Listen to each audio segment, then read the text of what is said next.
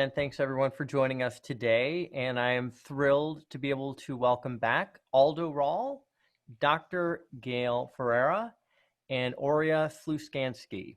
And what I'd like to do is if each one of you can just do maybe like a very quick 20-second overview of the topic you talked about in your webinar before we turn to questions. Thank you, Joshua. I'm going to jump in there. When a few weeks ago we discussed guided continuous improvement, and we looked at a few pointers about how to actually implement it successfully within an organization and within teams.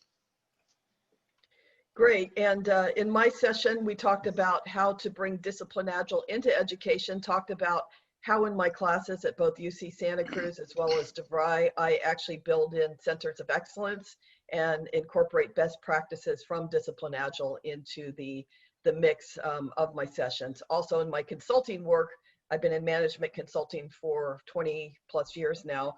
I also incorporate those standards. So it was a really informative session. And last week we spoke about adaptive oversight. In other words, how to flex the roles and responsibilities between the people doing the work of an initiative and the people overseeing that initiative to get better results and less friction. Okay, so as Ron mentioned, these sessions are completely driven by all of you that are in attendance by the questions that you're going to ask. And it looks like we've got some good questions already coming in. And Gail, this one looks like it's for you, and it's from Margaret. And she asks, as a professional educator, what did you think of the value of the Discipline Agile certification training? I thought it was great. It not only provided the fundamentals in terms of the theories, but we also had some great workshops and exercises to put it into practice so that you could go out and immediately use the concepts at your place of work.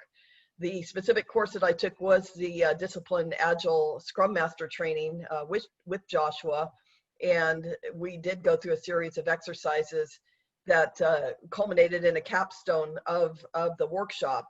And then after that, we took the two tests, the first one for the Discipline Agilist, which I became, and then the second one was for the requirements, right, for the experience in order to get the Discipline Agile Lean Scrum Master certification. Yeah, and it was a pleasure having you in class. And yeah, the certification workshops have, great content, great foundational stuff. And we see a lot of value in them. Aldo, the next question we've got is for you, and it's from Thierry, and he asks, I find that you can have too much process improvement. What are your thoughts on that? I've got many. I don't know which one to pick. It is about Kaizen is really good at teaching us to limit anything, work in process, and change is also work. So any changes, if you've got too many changes happening, it is going to be pretty confusing for the teams or for the organization. It will cause quite a lot of emotional upheaval. And the other thing as well is if you've got too many changes happening and you want to measure the impact of it, what are you measuring now? It is going to be pretty difficult to figure out whether the changes you've brought has improved things or not if you've got too many things changing at the same time. Yeah, so I recently had actually, one of the things that we cover in DA is we've got this Kaizen loop, and it's just a very short little flow to have teams look for process improvement opportunities.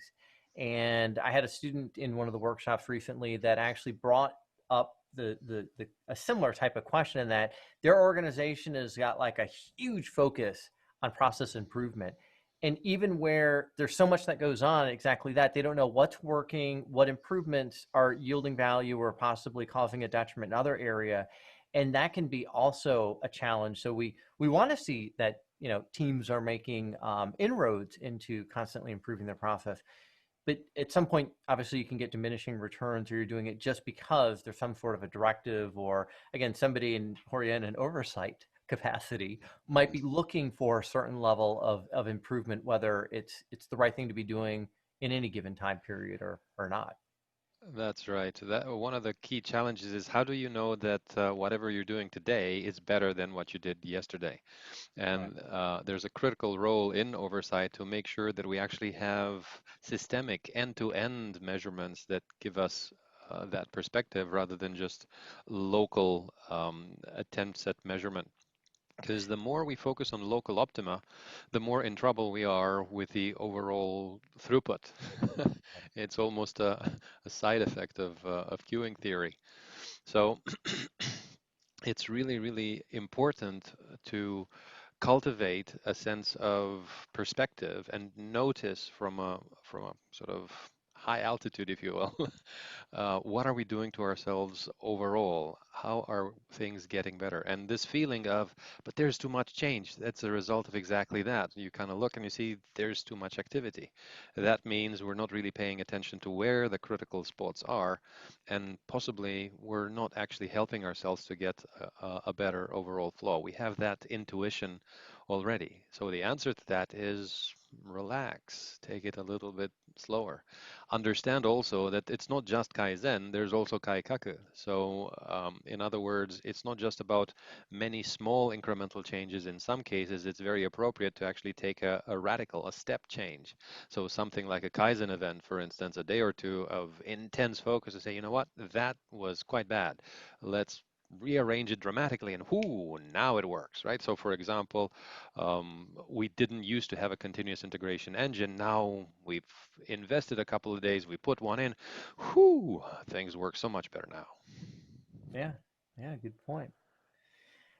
Percy has a question, although it looks like this one is also, at least for you initially. I am on a team and we struggle to have a think on what we may be able to improve. We do not have a lot of Agile experience. How much do you feel an experienced coach would help here in this? Yeah. That's pretty, yeah. Let me put it this way. I've used the example of a Sherpa when you go mountaineering in the Himalayas. I wouldn't take that on myself. I'd have a guide that can actually help me and show the pitfalls and so on. So that's definitely quite a lot of value that you can get from that capability. So I'm probably going to be controversial, but not all coaches are good coaches. So you also need to be quite prepared to take your time and pick one that would be able to take you the distance, as well as be able to gel with your company culture or with your team. I have seen coaches in conflict with teams because they've just been mashed together. So you also these two things that you need to look at there, whether they can take you the distance as well as whether you actually will get along. Yeah, and one other thing I'll add on to that is sometimes even if you have a coach with good experience, if they're if they're spread a little bit too thin and they don't understand the context of a given team, they might be guiding you in a way that is not really going to be beneficial to you. So having an experienced coach more often than not is going to be a benefit, but there are also things that can impact even having an experienced coach and how they are being utilized. The Yeah. other thing about that as well is that I do see in industry there's people, and this is probably another controversial statement, is there's people that's attended a 3-day coaching training course, they got the certification and they call themselves a coach.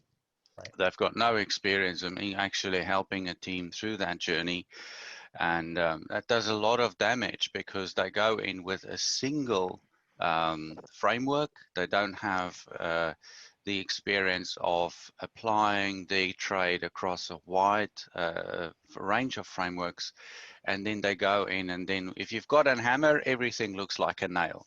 So it's pretty you got to be pretty cautious to look at that background experience, that they've worked in multiple frameworks and not just a single framework.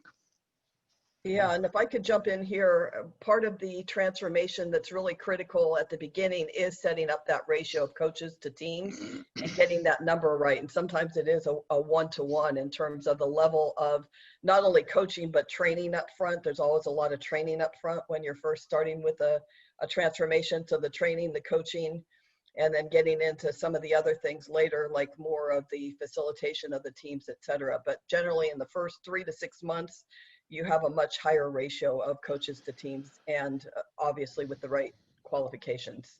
Yeah, that's a big thing right there, is the qualifications, the experience, the fit with the organization, all that.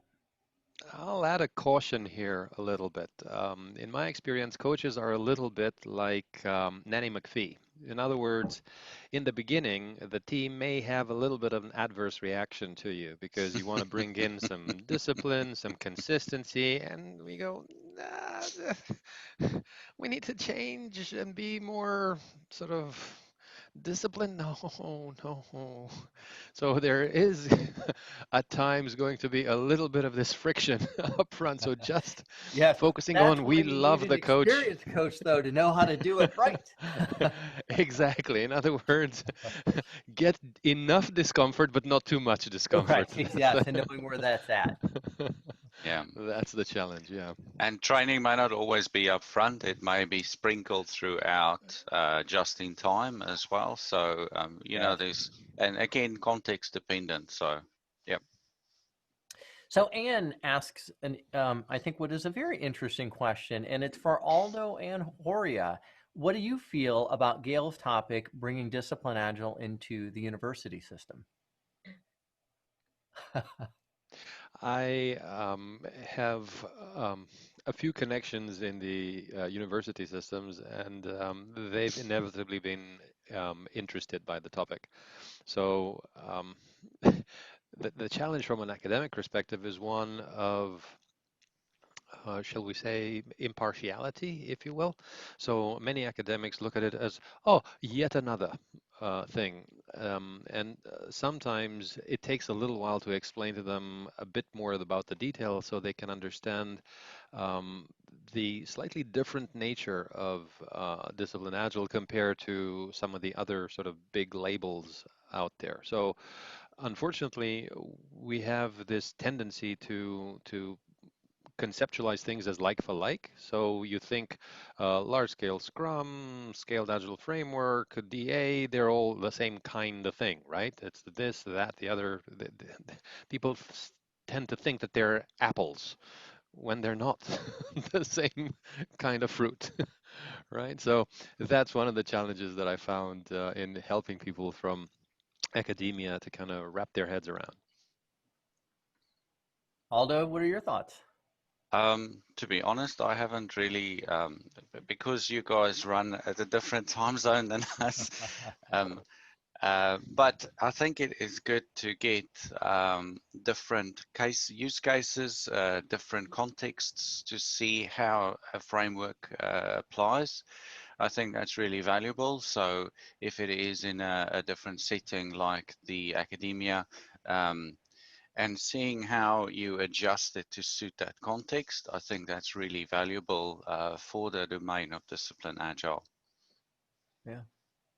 And I know you'd mentioned, I mean, some of the students you have, they're already into their career and they're coming back for additional education, but I also think that the value of getting them while they're young, right, and being able to have Discipline Agile in the university system to provide some awareness of, here's an approach that covers maybe all the other approaches that you're potentially going to get exposure to in the various existing university classes, whether it's Scrum or any of the scaled approaches, is nothing but a positive thing.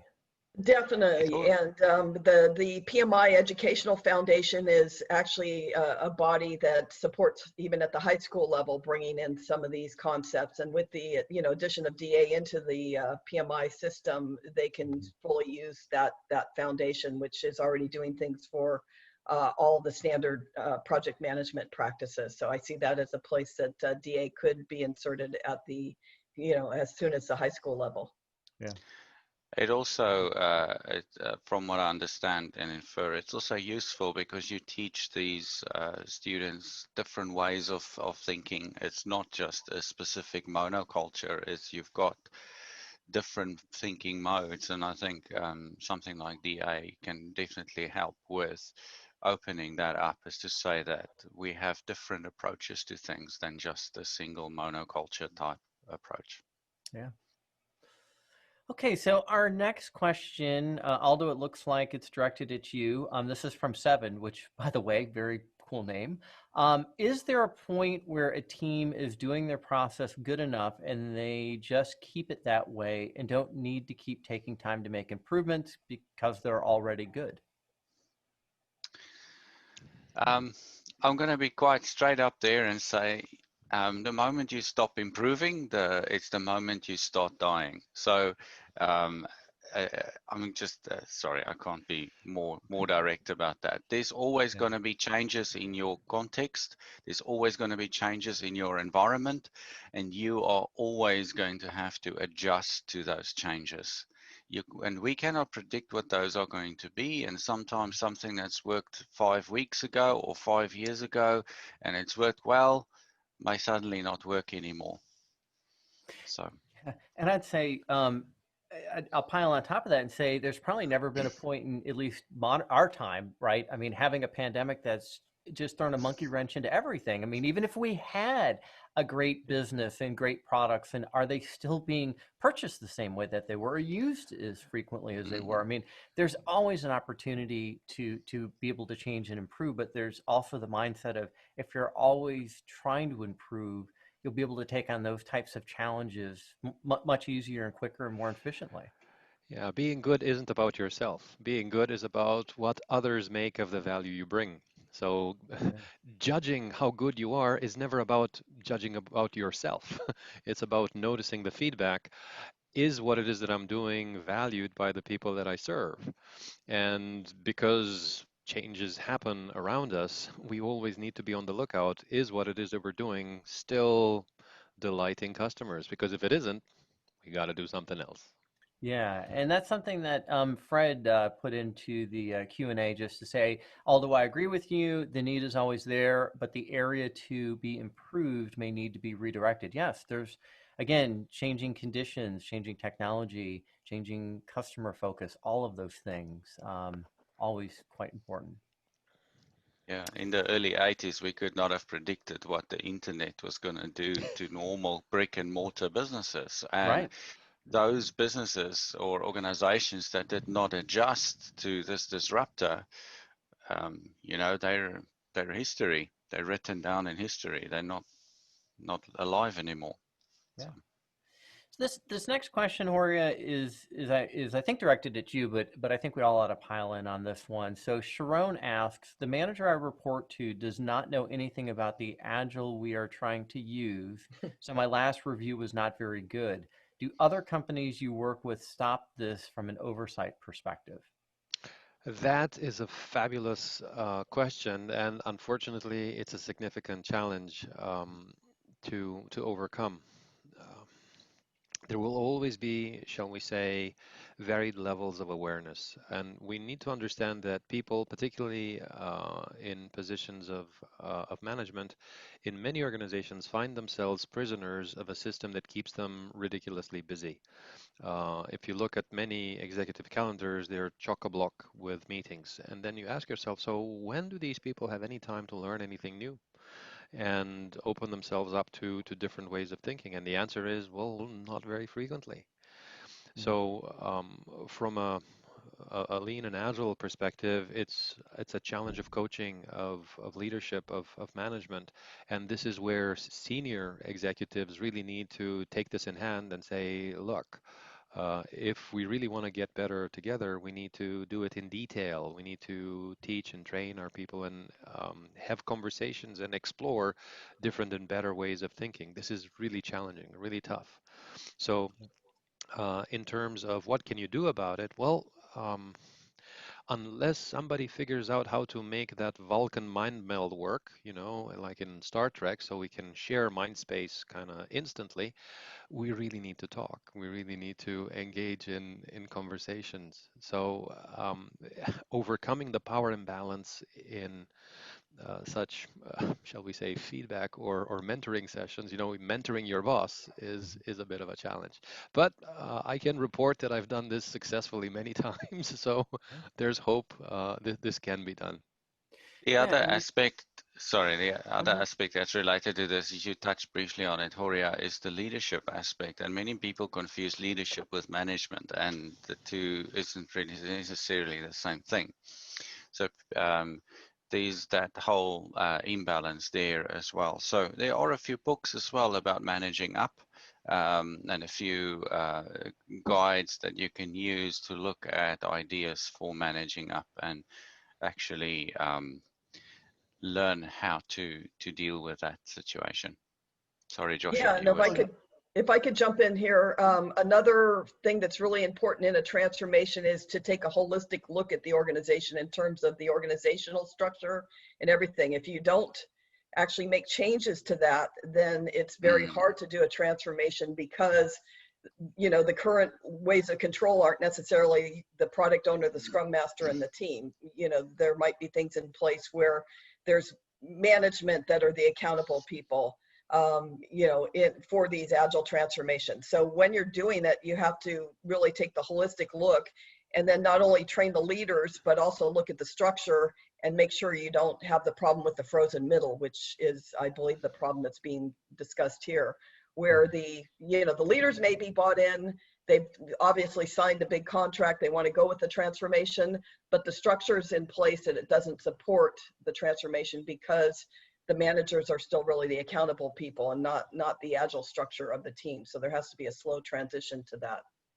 And a good coach would be able to actually, through magic, I don't know, point those things out in the right ways, at the right time, to the right people, so that those aha moments can be developed over time. So don't Yeah. underestimate the value of coaching there as well. I mean, yeah, that's what I was going to chime in with is, you know, that's just another value of having an actual experienced coach, and somebody that is going to be able to help with a transformation roadmap, is going to be, you know, knowing to seek out some of the people in the various departments and areas that need to attend a little bit of training, or to have that one-on-one mentoring, where you need to say, look, if somebody's being incented to do a particular job, and now we want to have, you know, them be more, you know, from a collective ownership perspective, how are we going to get them to do some of the things that are outside of that if it's going to negatively impact their performance review or the financial incentives or whatever. So yeah, having some experience is really key in a lot of those situations. I'll draw your attention to three very good resources in that space. One is the Corporate Rebels community. There's a website, a book, and quite a lot of good videos. There's the Brave New Work website and book and community. And there's also Ricardo Semler's Leading Wisely podcast series. They all have really insightful examples from all around the world in terms of how people deal with these kinds of challenges. It's really inspirational. Yeah. Let's see. We've got Carrie is asking, do you think that teams that are using a short iteration length of 2 weeks is enough time to see if a change we make is really better? So we'll start with you, Well, Aldo, since it's kind of um, directed to your topic. I'm gonna, you know, my favorite answer as a coach is it depends.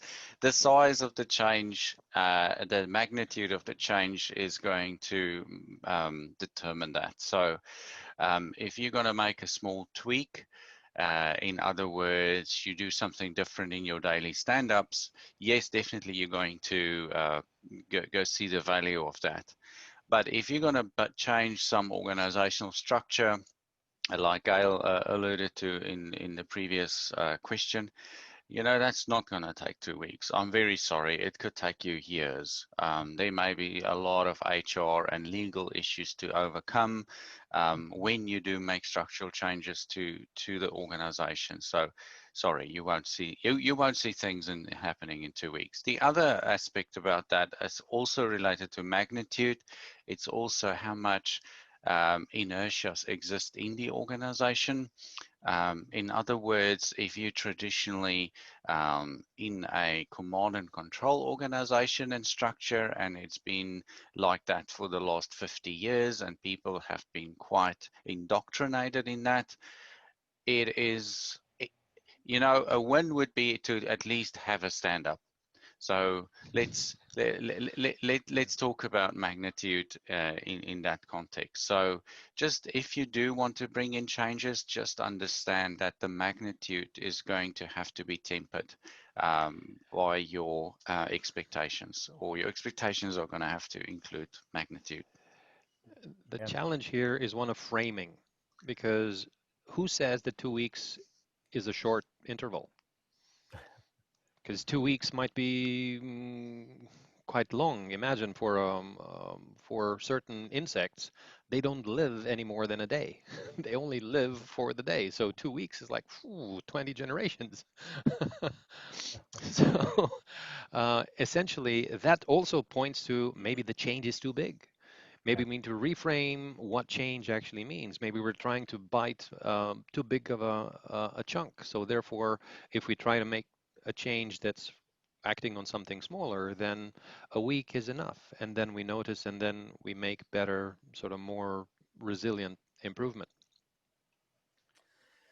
Well, we are just about out of time. I do want to just touch on one more question that was asked. And Beth asks, are there indicators, triggers, flags that you have experienced that inform you that the transformation may not work and it's simply just time to move on?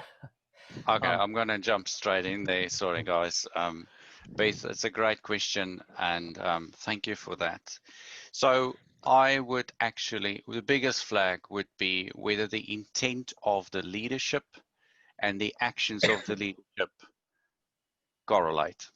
If it's just lip service, that's an immediate sign for me that it is the transformation may not work. So Doomed. Yeah, and yes. I'll jump in with one that I recently experienced as well. We were running a couple of pilots to learn some lessons. There was good progress that was being made, and the leadership decided that they were going to move from 3 pilots to almost 100% coverage of all initiatives that they were going to run for the year without any additional support being added. If there was ever a flag I've seen, that was it. Again, Okay. flaky oversight. Right, Enough said. flaky oversight. Well, let me pull up a little bit of our closing since we are out of time, and I want to first off just thank you all again for coming and participating. For those of you that might not have attended either Aldo's or Horia's sessions, they're in New Zealand, and so it is very, very early in the morning. It's about 4:30 a.m. in the morning for them. That it is. And Gail, thanks again for taking your time. It's been fantastic having all of you, as well as everybody Pleasure. that is in attendance. We're going to be taking 2 weeks off for the next webinars, but we are going to be having Gareth Holbrook join us on September 9th.